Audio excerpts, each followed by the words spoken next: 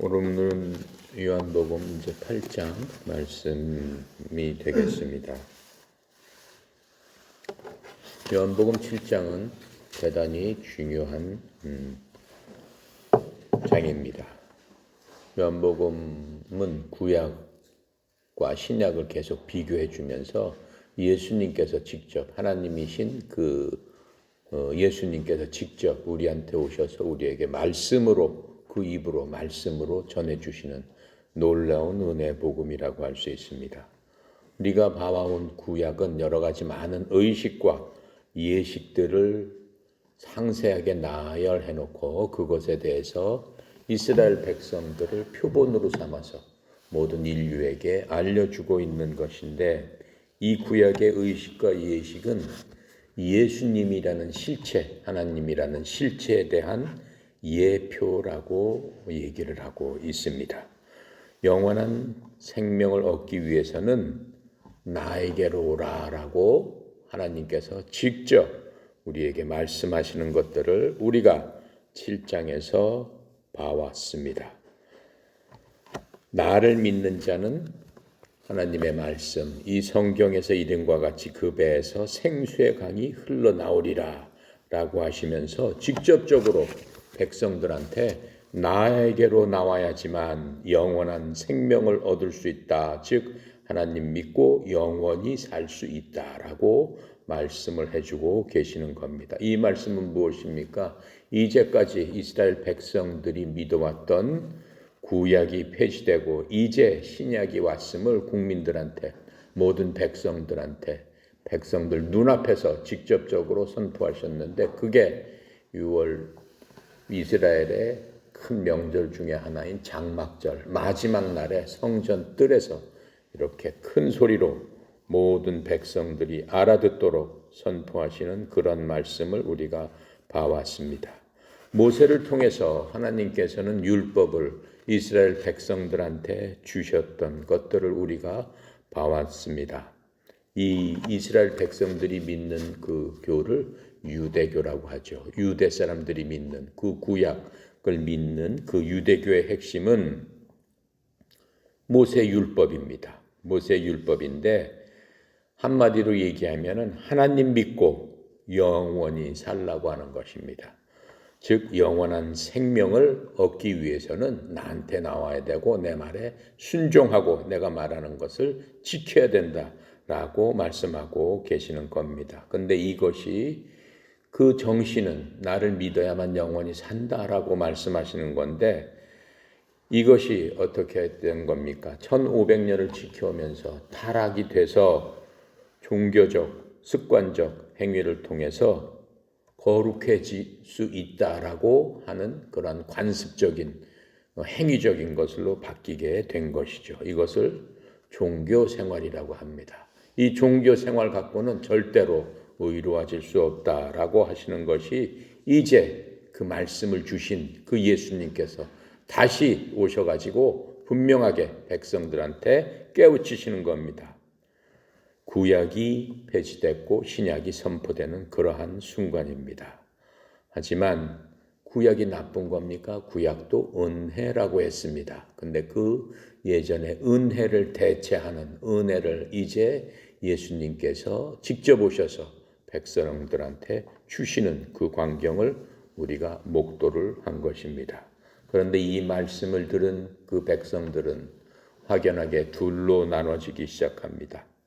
믿음을 가진 아주 소수의 사람들, 주님의 말씀을 그대로 믿고 순종한 작은 사람들과 예수님께서 이 땅에 오셔서 기적을 많이 베푸는 걸 우리가 봤습니다. 요한복음이 시작되자마자 하나님의 기적이 나오기 시작합니다.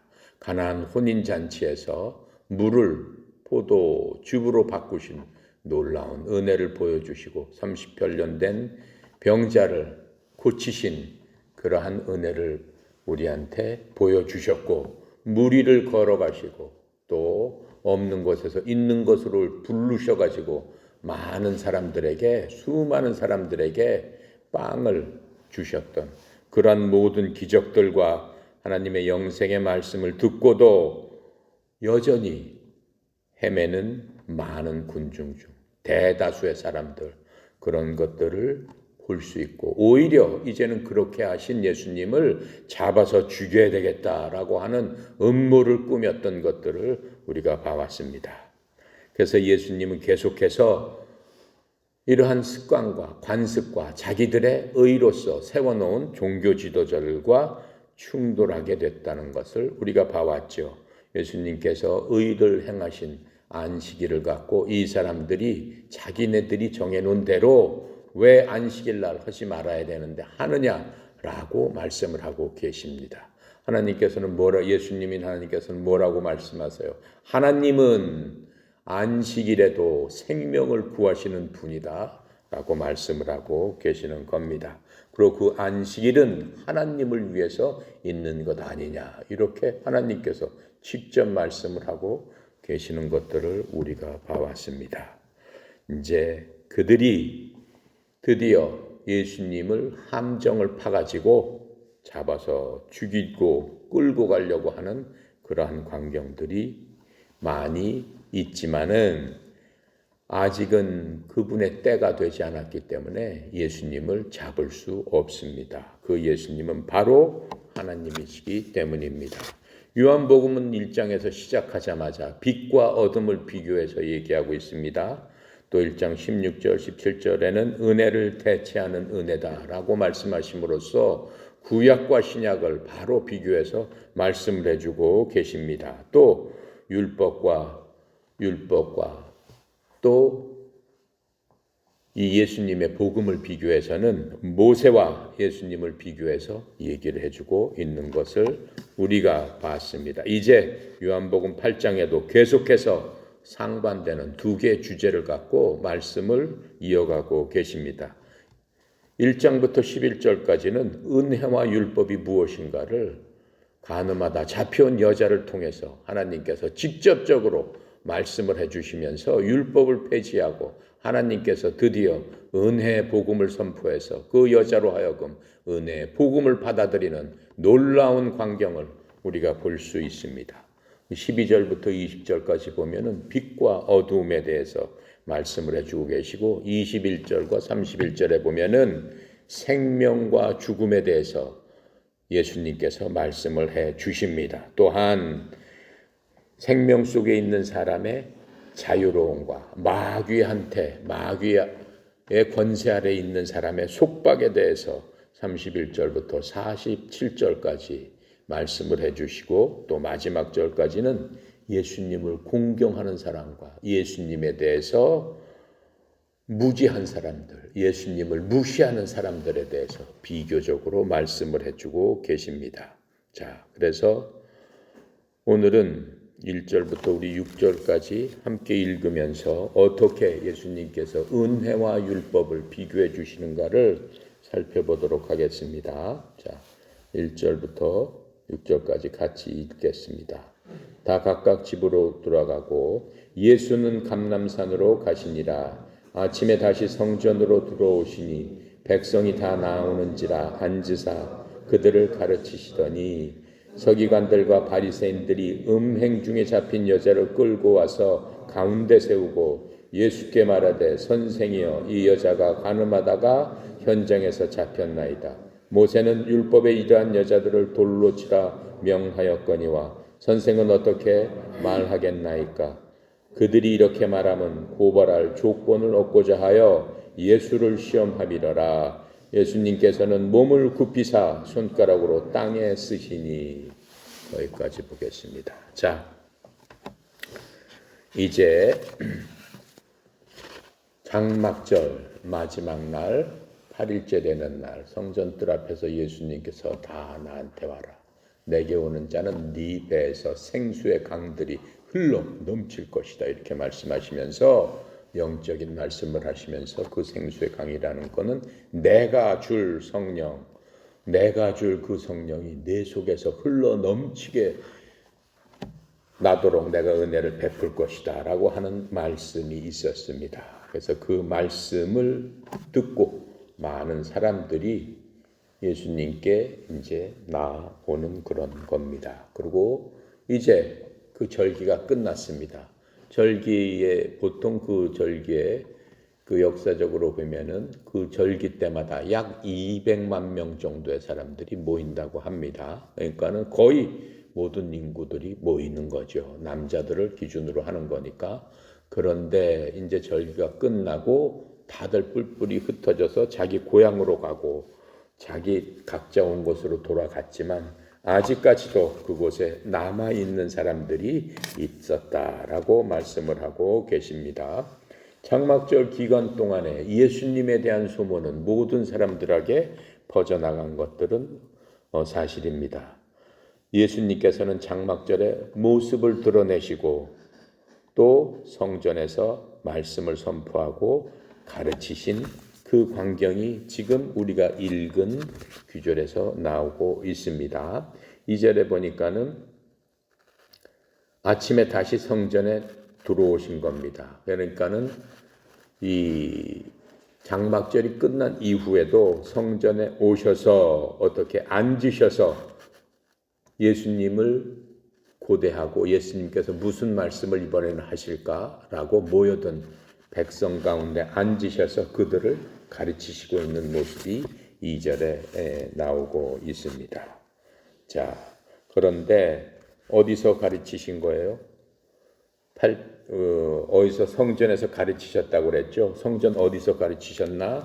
8장 20절 잠깐 볼게요. 이 말씀은 성전에서 가르치실 때 헌금함 앞에서 하셨다라고 말씀하세요. 헌금함 앞에서 앉아서 백성들을 모아놓고 가르치셨다라고 얘기를 하고 있습니다.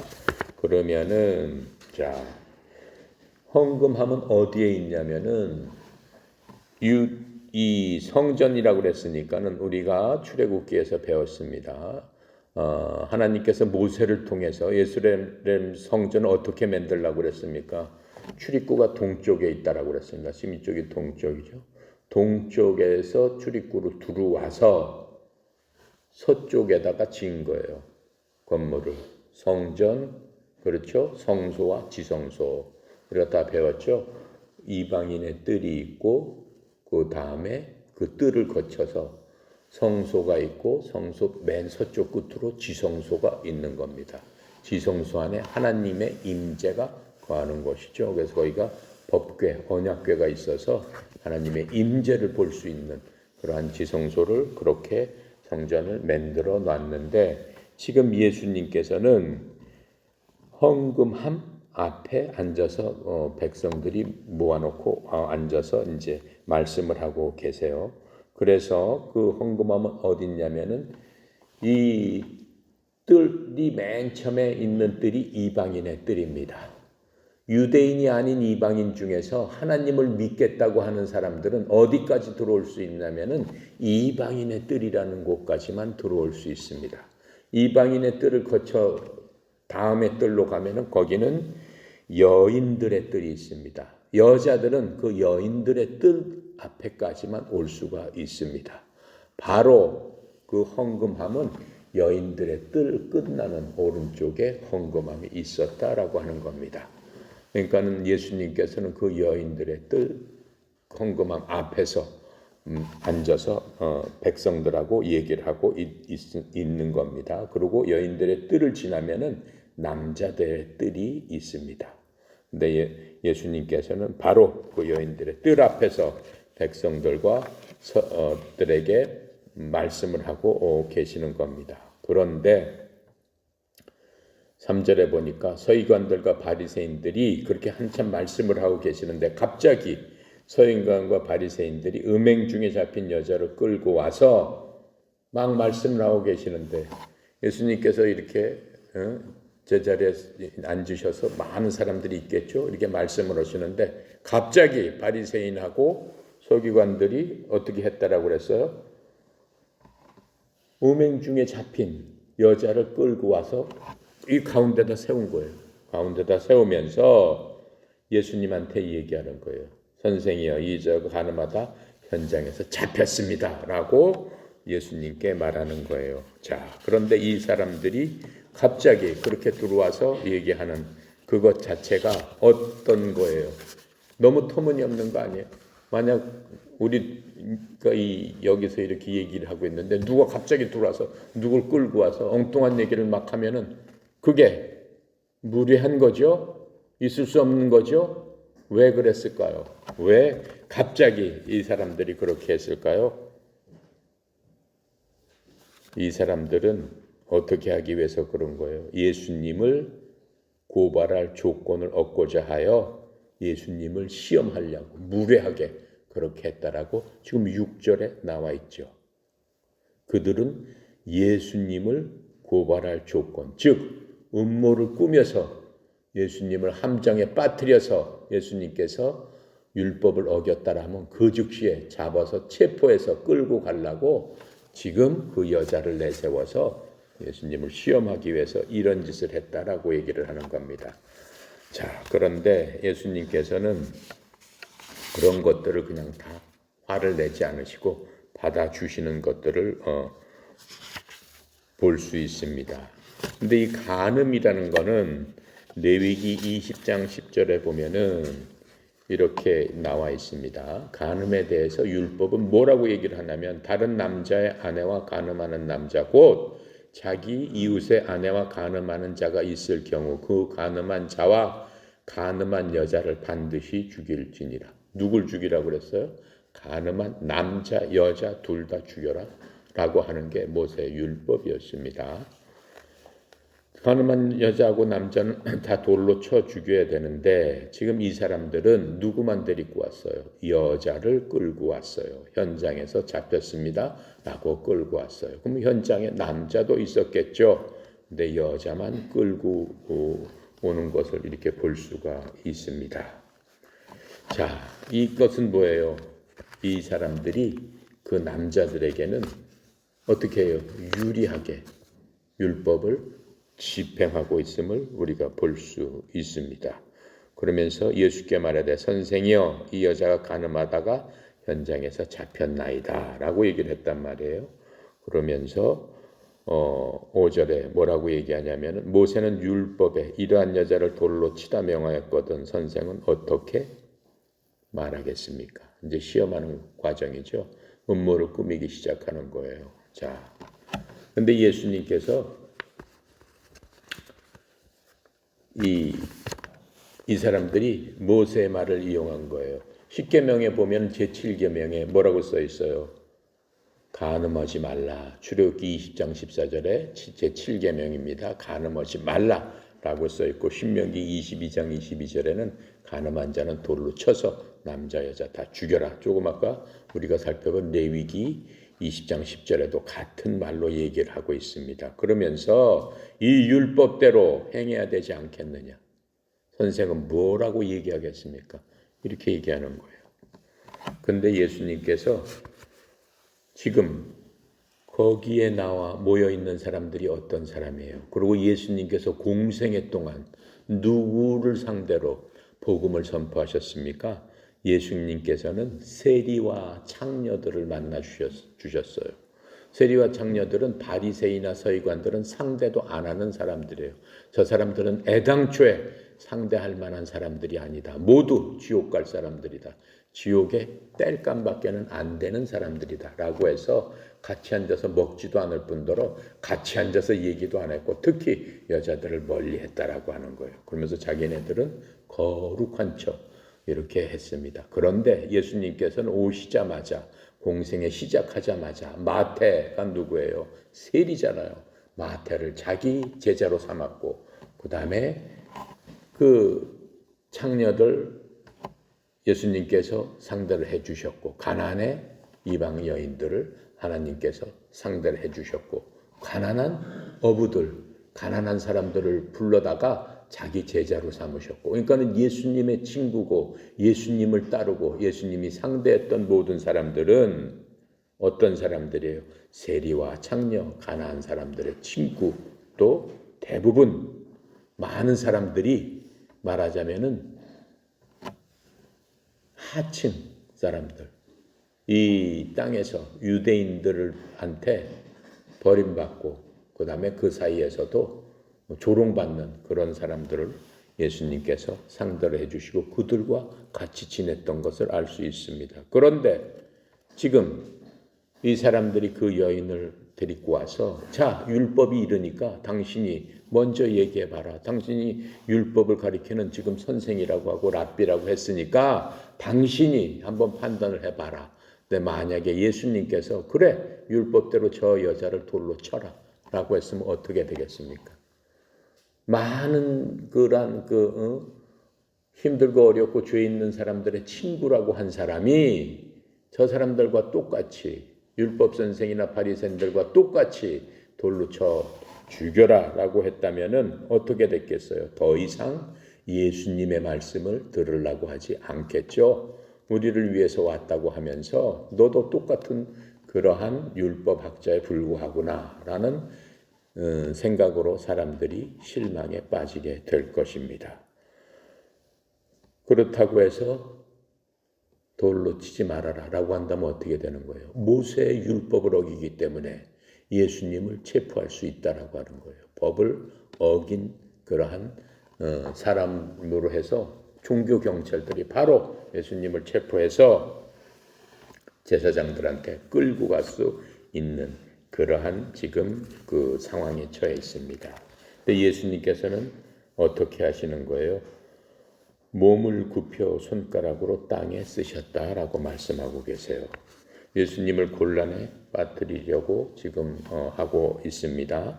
예수님께서는 그들의 말을 듣지 못하는 척 하면서 몸을 구부려서 무언가를 적으시고 있는 거예요. 성경은 예수님께서 땅에서 무엇을 쓰셨다라는 말은 전혀 없습니다. 그 나중에 여러분이나 나나 천국에 올라가면은 알 수 있겠죠. 예수님께서 그 당시에 무슨 것을 쓰셨습니까? 하고 여쭤보세요. 그럼 내가 뭘 썼다라고 말씀을 해 주실 겁니다. 성경은 어쨌든 간에 거기에 대해서 뭘 썼는지는 말씀을 하고 계시지 않습니다. 단지 많은 사람들은 학자들은 뭐라고 얘기를 하냐면은 하나님께서 모세에게 십계명을 주실 적에 돌판 위에 손가락으로 쓰신 겁니다. 이렇게 제1계명, 2계명, 3계명 그런 것처럼 땅에 썼다라는 그런 의미는 내가 바로 그 하나님이다라고 하는 영적인 의미를 나타내는 것이다라고 해석하는 많은 신학자들이 있습니다. 하지만 우리는 정확한 것은 모릅니다. 성경이 그렇게 말씀하지 않고 계시기 때문에 자 7절부터 11절까지 우리 같이 읽어보도록 합시다.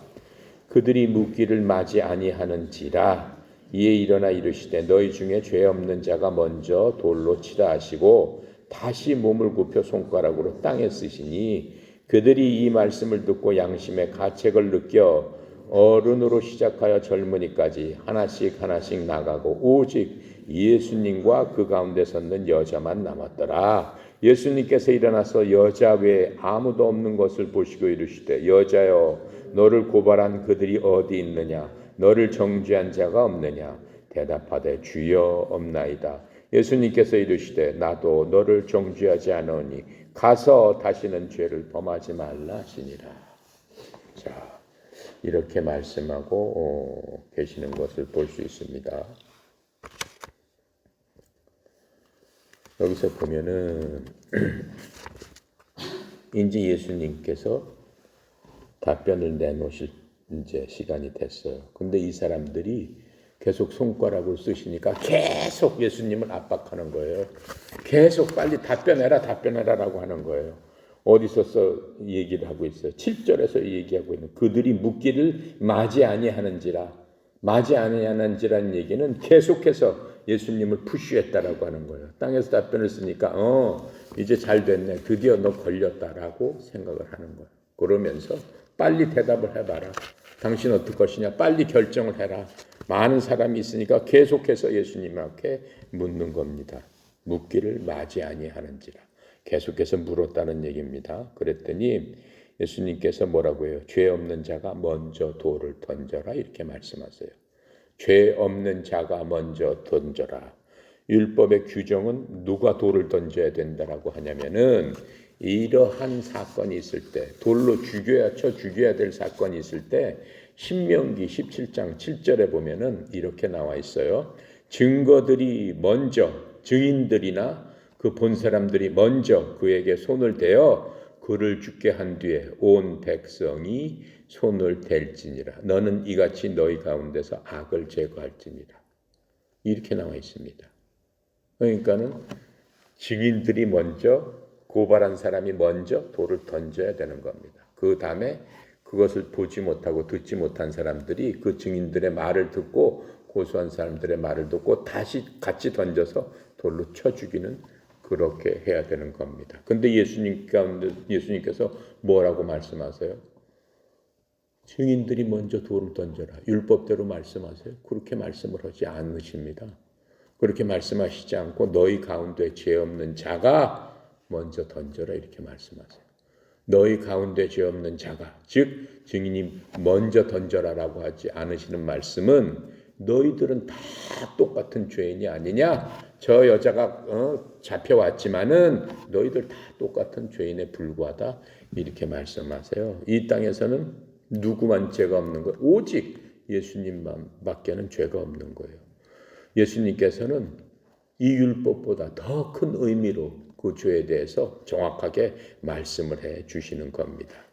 여기서 신약과 구약의 차이가 분명하게 드러나는 거예요. 즉 신약의 복음을 말씀을 하고 계시는 거예요. 너희들은 전부 다 이 여자처럼 잡혀서 돌에 맞아서 죽어야 될 자에 불과하다. 네 자신이 누군지 알아라 라고 지금 말씀하고 계시는 거예요. 그게 신약 복음의 첫 번째 원리예요.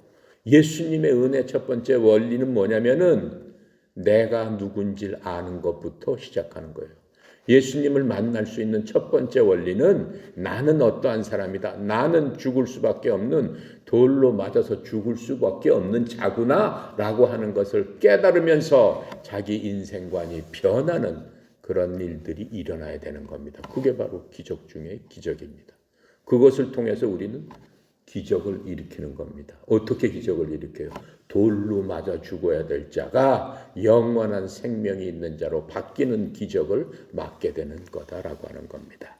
마태복음 5장 27절 28절에 예수님께서 거기에 오시기 전에 이미 공생애 동안 많은 사람들한테 선포한 말씀이 있어요. 마태복음 5장 27절 28절에 보면은 이렇게 말씀하고 계세요. 옛 사람들이 말하는 바, 즉 모세와 랍비들이 말하는 바 뭐라고 얘기했냐면 너는 간음하지 말라 한 것을 너희가 들었으나, 율법에 나와 있는 얘기죠.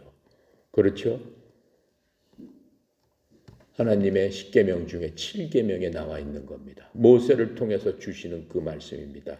하지만 나는 너희에게 이르노니 누구든지 여자를 보고 그 마음에 음욕을 품는 자는 이미 마음속에서 그녀와 간음했느니라. 이렇게 말씀하시는 거예요. 율법은 뭐라고 얘기하는 거예요? 걸리지만 않고 보이지만 않고 몰래 숨겨서 하게 되면은 죄가 없다라고 얘기하는 거예요. 그게 아니다라고 말씀하시는 거예요. 그러는 바람에 이 율법학자나 바리새인들은 어떻게 했어요? 몰래 숨어서 첩을 두고 음행을 해도 걸리지 않으니까 거룩한 척하고, 하나님께서 뭐라고 얘기하세요?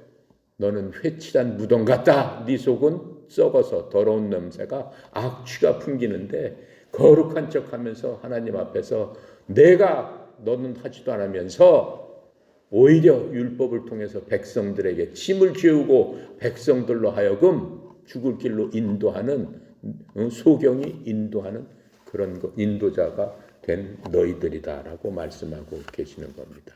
자, 그러면서 율법이 무엇인가를 분명히 말씀해 주고 계세요. 나 스스로, 너희 스스로 너희들이 누군지를 아는 것이 복음의 시작이다. 이렇게 말씀하고 계시는 거예요. 그러면서 너희는 간음죄를 짓지 않느냐? 너희 속으로 살인죄를 짓지 않느냐? 내 마음속에 내 형제를 나가라 하는 자, 그렇죠? 멍청한 놈, 돼지 같은 놈이라고 얘기하는 자는 살인죄를 진 것과 똑같다라고 말씀을 하시는 거예요. 그러니까 인간은 어느 누구 하나도 죽지 않을 수 없는, 죄 가운데로 죄로 인해서 죽을 수밖에 없는 그러한 존재임을 예수님께서 분명히 지금 말씀을 해주고 계시는 겁니다. 자, 그렇게 했더니 이 사람들이 어떻게 되는 거예요? 9절에 그러면서 그렇게 말씀하시면서 양심이 꺼리지 않는 자가 돌로 저열을 쳐라 이렇게 말씀하시니까 그러면서 다시 구부려서 앉으셔서 손가락으로 땅에다 쓰셨다고 했습니다. 그랬더니 이 사람들이 어떻게 해요? 거기에 왔던 사람들이 예수님의 말씀을 듣고 돌이키기 시작하는 거예요. 자기 양심의 가책을 느껴서 어떻게 되는 거예요? 나이 많은 사람부터 시작해서 젊은이까지 하나씩 다 돌아갔다라고 하는 거예요. 그 자리에는 누구만 남았습니까? 앉아 계신 예수님과 서 있는 그 여자만이 남아 있는 것들을 이제 우리가 볼 수 있습니다. 그런데 예수님께서 몸을 일으키시고 여자에게 말씀하십니다. 여자여, 너를 고발하던 자들이 어디 있느냐? 너를 정죄한 자가 없느냐? 그렇죠? 아무도 정죄할 수 없다라고 하는 겁니다. 누가 누구를 정죄할 수 없다라고 합니다. 사람은 누구를 정죄할 수 있는 그러한 조건을 갖고 있는 사람은 하나도 없다라고 하는 겁니다. 단지 우리가 발겨벗기지 않아서 우리가 감추고 있어서 그것을 모를 뿐이지 그 사람들의 속마음, 그 양심, 그 모든 깊은 것을 돌아봤을 적에는 다 똑같이 죽을 수밖에 없는 죄인이 아니냐 이렇게 말씀하시는 겁니다. 그래서 우리는 이 땅을 떠나서 아버지 하나님 앞에 누구든지 반드시 서야 될 그 시간이 온다라고 하는 겁니다. 우리가 이 땅을 떠나자마자 주님 앞에 섰을 적에 우리 속에 그러한 모든 것들이 밝히 보여주게 되는 건데 하나님께서는 뭐라고 했어요? 하나님의 말씀은 이한 칼보다 수술칼 보셨죠? 양날이 달렸습니다. 사람의 이 살가죽을 찢고 수술할 적에 이 안에까지 다 찢어가지고 수술하는 그 칼보다 더 날카로워서 하나님의 말씀이 그렇죠? 더 하나님께서 더 날카로워서 우리의 혼과 관절과 골수와 우리의 생각과 우리의 의도까지 다 찔러서 쪼개서 하나님께서 아신다라고 말씀하시는 그 히브리서의 귀절을 우리가 알고 있습니다. 그러한 하나님 말씀 앞에서 그 여인도 그렇게 쪼개지고 또 거기에 있던 모든 사람도 단번에 쪼개지고 다 떠나가는 그런 것들을 우리가 여기서 바로 이 귀절에서 볼 수 있는 겁니다. 그랬더니 그 여자가 뭐라고 얘기해요? 주여 이렇게 얘기합니다. 이제 주여라는 건 뭐예요? 돌이켜서 회개하고 주님 앞에 예수님을 믿는 그 자가 하는 얘기입니다. 주여 없나이다 이렇게 얘기했더니 예수님께서 이렇게 말씀하세요. 나도 너를 정죄하지 않으니 가서 다시는 죄를 범하지 말라. 그렇죠? 이 얘기를 어디서 많이 듣지 않았어요? 가서 다시 죄를 범하지 말라. 38년 된 병자를 그렇죠? 일으켜 세우실 적에 자리를 들고 일어나라 라고 하시면서 뭐라고 말씀하세요? 베데스다 연못에 누워가지고 38년 동안 연못이 동하기를 기다려서 천사가 연못을 동할 때 누가 넣어주면은 병을 낫겠는데 넣어줄 사람이 없어서 제가 이러고 있습니다. 그랬더니 예수님께서 다가가서 병자한테 뭐라고 얘기해요? 네 자리를 들고 일어나서 가라. 이렇게 말씀하시면서 다시 죄를 범하지 말라. 이렇게 말씀하시는 거예요. 똑같은 얘기를 지금 이 여자한테 하고 계시는 겁니다. 그러면서 예수님께서는 이 여자의 죄를 단번에 속해 주신 거예요. 그렇다면은 이 간음죄가 그냥 별거 아니네. 그냥 잘못했습니다 하면 그냥 용서해 주시는 죄네. 그런 겁니까? 그거 아니에요. 자, 그런데 우리가 갖고 있는 성경이 이상한 게 있어요. 53절에 어떻게 돼 있어요? 괄호가 쳐져 있죠. 성경에. 그렇죠? 그 다음에 지금까지 읽은 11절에도 괄호가 쳐져 있단 말이에요. 그러면서 밑에 각주에 보니까 뭐라고 써 있어? 어떤 사본에 7장 53절부터 8장 11절까지는 없음 이렇게 돼 있어. 이걸 뺀 성경이 있어요. 성경 4번 중에. 왜 뺐을까요? 왜 뺐을까? 간음죄는 중요한 죄다라고 생각하는 신학자들이 주장하는 천주교 성경, 이런 성경에는 이거 빼버렸어요. 그냥 빈칸으로 빼놨어요. 예수님께서 간음죄가 엄청 중한 죄인데, 율법에서 엄청 중한 죄, 돌로 쳐 죽이려 했으니까 엄청 중한 죄잖아요. 근데 왜 예수님께서 오셔가지고 이렇게 간단하게 그냥 정리를 해주셔서 용서해 주셨을까? 율법대로 쳐 죽였어야 되는데 라고 주장하는 신학자들은 이걸 빼버린 거예요. 그런데 그거는 큰 잘못된 겁니다. 뭘 모르는 거예요? 그 여자가 그냥 죄를 족함을 받았어요? 아니란 말이에요. 엄청난 큰 대가를 치르고 그 여자는 속죄함을 받은 거예요. 주여라고 하면서 예수님을 믿고 예수님의 말씀에 따라서 저는 예수님을 구주로 생각하면서 예수님 의지할 적에, 믿었을 적에 영생을 주시는 분임을 믿습니다 라고 고백하는 게 주여예요. 예수님께서 십자가에서 돌아가셨을 적에 갈보리산에서 그 옆에 있던 흉악한 죄인 2명이 같이 십자가에 달렸죠. 한 십자가에 달렸던 죄인 괴수가 뭐라고 얘기해요? 마지막 숨을 거두는 몇 초 전에 주여 이렇게 얘기를 합니다. 여태까지 엄청난 죄를 졌지만은 마지막 순간에 주님을 부르면서 주님한테 자기의 모든 죄를 회개하고 고백하고 뭐라고 얘기해요? 주여, 주께서 주의 나라에 임할 적에 저를 어떻게 기억해 주시옵소서. 그래서 주님께서 뭐라고 그래요? 너 죄 졌으니까 내가 모르겠다 그러세요. 그래, 오늘 내가 나와 함께 낙원에 있으리라. 이렇게 말씀하시면서 주님께서 구원해 주시는 놀라운 은혜의 역사를 우리가 나중에 보게 됩니다. 근데 예수님께서 그 죄인들을 구할 적에 그냥 값없이 그냥 예수님께서 그냥 마음에 드니까 너 그냥 구원 받아라 이랬어요? 그게 아니잖아요.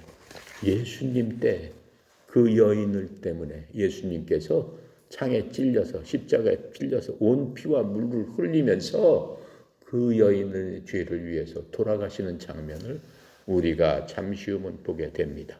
엄청난 큰 대가를 치렀다라고 하는 겁니다. 그걸 뭐라고 하는 거예요? 그 여자 대신에 내가 대신 죽겠다라고 하는 거예요. 즉 대신 속죄의 그러한 예수님의 피값으로 말미암아 이 땅에서 돌아가시게 되는 처절한 광경을 우리가 보게 되는 겁니다. 그래서 예수님께서 그 여자를 구원해 주신 것은 아무런 대가 없이 용서해 주실 수는 없다라고 하는 겁니다. 예수님께서 오신 것은 율법을 완성해 주러 오신 거예요. 율법을 폐지하러 이 땅에 오신 분이 아닙니다. 율법은 하나 1.1획이라도 잘못된 게 없다라고 말씀을 하셨어요. 그러니까 율법은 하나님의 은혜고 굉장히 귀한 겁니다. 만약에 율법이 없었다면 사람들이 구원을 받을 수 있는 영원한 생명을 갈 수 있는 기초조차도 놓지 못했다라고 하는 거예요. 왜 그래? 우리가 저 거울을 보면은 거울에 무엇가 묻었는지 알려준단 말입니다. 율법은 내가 무엇이 묻었는지를 알려주는 그러한 도구의 귀한 역할을 해서 내가 이 묻은 것을 씻을 수 있는 그 방법을 누구한테 찾아야 되는 거예요. 거울한테 찾는 게 아니고 씻음을 주겠다고 하는 그 씻음을 주는 그분께서 찾으라라고 율법은 알려주는 거예요. 그러니까 율법은 우리를 예수님께로 인도하는 몽학 선생이 아니냐, 가정교사가 아니냐, 로마서가 그렇게 말씀하고 있는 것을 우리가 볼 수 있는 겁니다.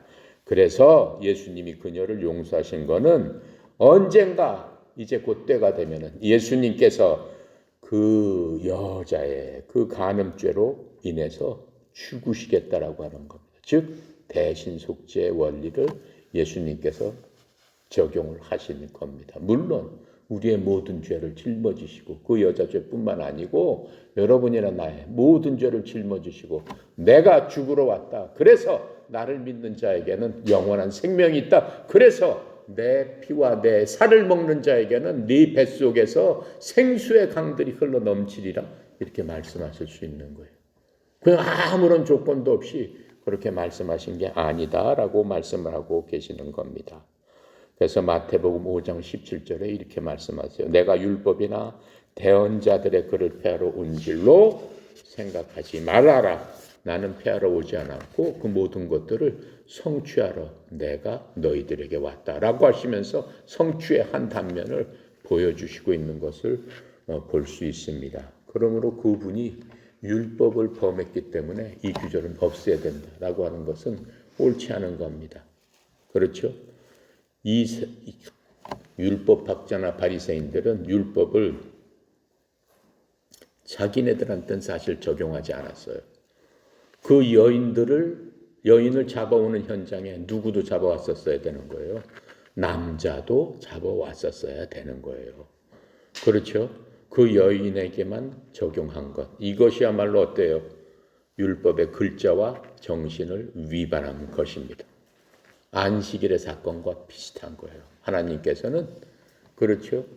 이 율법이라는 게 사람의 생명을 구하기 위해서 있는 거지 정죄하라는 도구로 있는 게 아니라라고 하는 거예요. 그러니까 그 정신을 위배하면서 형식적으로 그것을 갖고 그것을 자기네 멋대로 해석해가지고 600여 가지의 조건을 만들어서 그것을 지켜야 된다라고 얘기하는 거는 율법 정신에 어긋나는 거고 그것은 종교 생활에 불과한 거예요. 종교라는 이름의 탈을 써가지고 종교 놀이에 하는 거에 불과하는 거예요. 그러면 자기네들만 거룩하고 자기네들만 의롭다라고 하는 종교 지도자들끼리 서로 놀아먹는 그러한 것에 불과하다라고 얘기를 하는 겁니다. 이제 율법 시대는 가고 드디어 은혜 시대가 왔음을 보여주는 겁니다.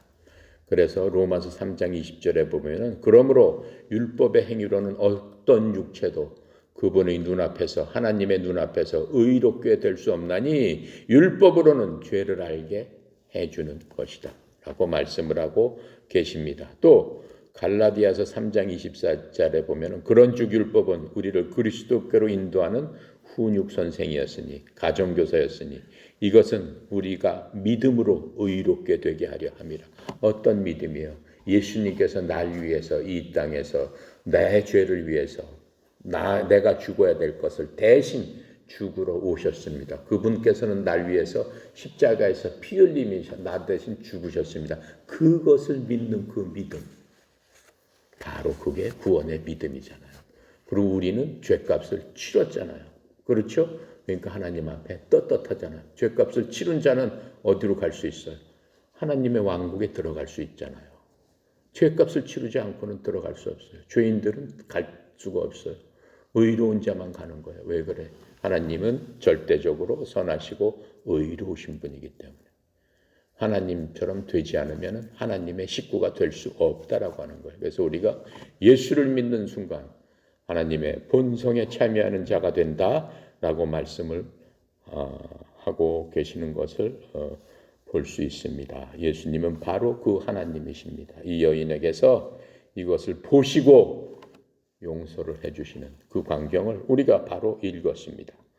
자, 그래서 예수님께서 이렇게 말씀하셨잖아요. 나도 너를 정죄하지 아니하노니 가서 다시는 죄를 짓지 말라. 이렇게 말씀하세요. 로마서 8장 1절에 그 말씀에 대한 해석이에요. 그러므로 이제 그리스도 예수 안에 있는 자들에게는 정죄함이 없나니 그들은 육신을 따라 걷지 아니하고 뭘 따라가라? 성령을 따라 걷느니라. 예수를 믿는 자에게는 성령을 어떻게 폭포수처럼 너희들한테 부어줘서 강처럼 흘러나가게 할 테니까 너희들은 그 길을 따라 걸어야 된다라고 지금 말씀하고 계시는 겁니다. 그러나 용서가 주께 있사오니 이것은 그들이 주를 두려워하게 하려 하심이니이다라고 시편 130편 4절에서 이렇게 말씀하고 계세요. 모든 용서는 예수 하나님으로부터 나온다라고 하는 겁니다. 그렇기 때문에 사람들이 하나님을 두려워해야 된다라고 하는 거예요. 용서도 해주실 수 있고, 그렇죠? 영원한 지옥불에도 가게 해주시는 분은 오직 하나님 한 분밖에 안 계신다라고 하는 거예요. 우리는 어떻게 해야 된다는 거예요. 오늘 아침에도 예수님께서 그 여자에게 하신 그 말씀 그대로 말씀하시는 거예요. 내가 너를 정죄하지 아니하니 너는 어떻게 해요? 다시는 죄를 짓지 말라 라고 말씀하시는 그 말씀을 우리가 들어야 되는 겁니다. 그래서 우리가 거룩한 삶을 살기 위해 예수님께서는 우리를 하나님의 자녀로 만든 게 하나님의 영광 가운데 영화롭게 우리가 하는 것들을 위해서 우리를 하나님의 자녀 삼아주시고 예수님께서 돌아가신 목적이 바로 우리가 하나님을 영화롭게 하는 자로서 불러주시기 위함이라고 말씀하고 계십니다. 로마서 6장 1절부터 2절 그런즉 우리가 무슨 말을 하리요 은혜가 넘치게 하려고 우리가 죄 가운데 거하겠느냐 결코 그럴 수 없느니라. 죄에 대해서 죽은 우리가 어찌 그 가운데 더 살리요. 그렇죠? 예. 말씀을 마칩니다. 자, 우리 1분간 함께 기도하고 마치도록 하겠습니다. 자기 자신에 대해서 먼저 하나님께서 우리 자신을 여러분의 삶 가운데서 자기가 갖고 있는 사정과 형편을 아시는 주님께서 바른 길로 하나님 가장 좋은 길로 인도하여 주시옵소서. 또 가족들 또 믿지 않는 내 친척들을 위해서 영원한 생명을 하나님 앞에 같이 가서 영원히 살 수 있는 그러한 복을 주시옵소서 기도하고 또 우리 협회를 위해서 하나님 도와주셔서 이 코로나를 이기고 정말로 이 나라가 하나님의 은혜 가운데 올바로 세워지고 우리 협회가 하나님 보시기에 아름다운 협회 될 수 있도록 주님 도와주시옵소서. 1분간 기도합니다. 감사하시고 거룩하신 하나님 참으로 은혜 감사합니다.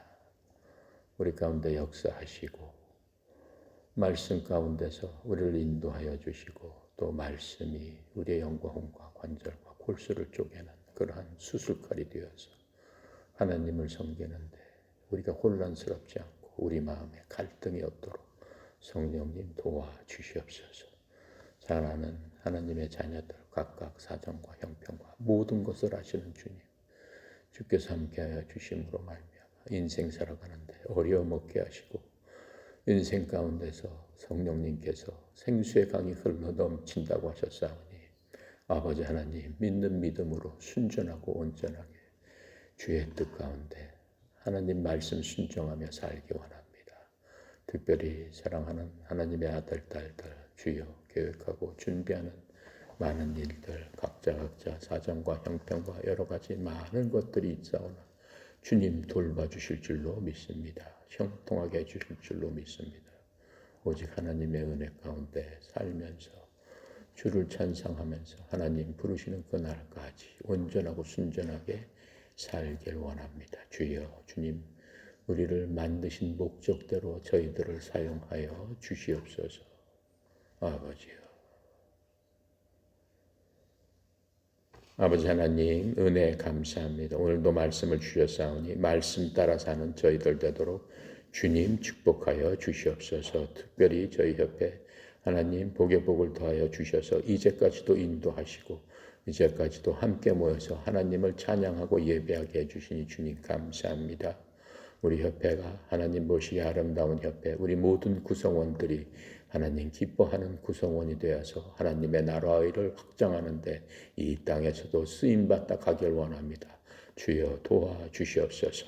특별히 우리 송영 이사장님 하나님 축복하여 주셔서 은혜 가운데 이 협회를 잘 이끌어 나갈 수 있도록 힘과 능력과 지혜를 주님 허락하여 주시옵소서. 삶의 현장에서 고군분투하는 모든 지역에 있는 우리 협회원들 하나님 도와주시고 그들의 기도를 들어주셔서 응답하여 주시옵시고 이 나라의 민족을 불쌍히 여겨주셔서 이 나라의 민족이 하나님 앞에 올바로 서고 범죄하지 않도록 주여 모든 사람들 특별히 위정자들을 깨우쳐서 하나님을 바로 알 수 있는 그런 자들 되도록 주여 도와주시옵소서. 오늘 하루도 모든 것 주께 의탁드립니다. 감사드리며 예수 그리스도 이름으로 기도드렸나이다. 아멘. 감사합니다.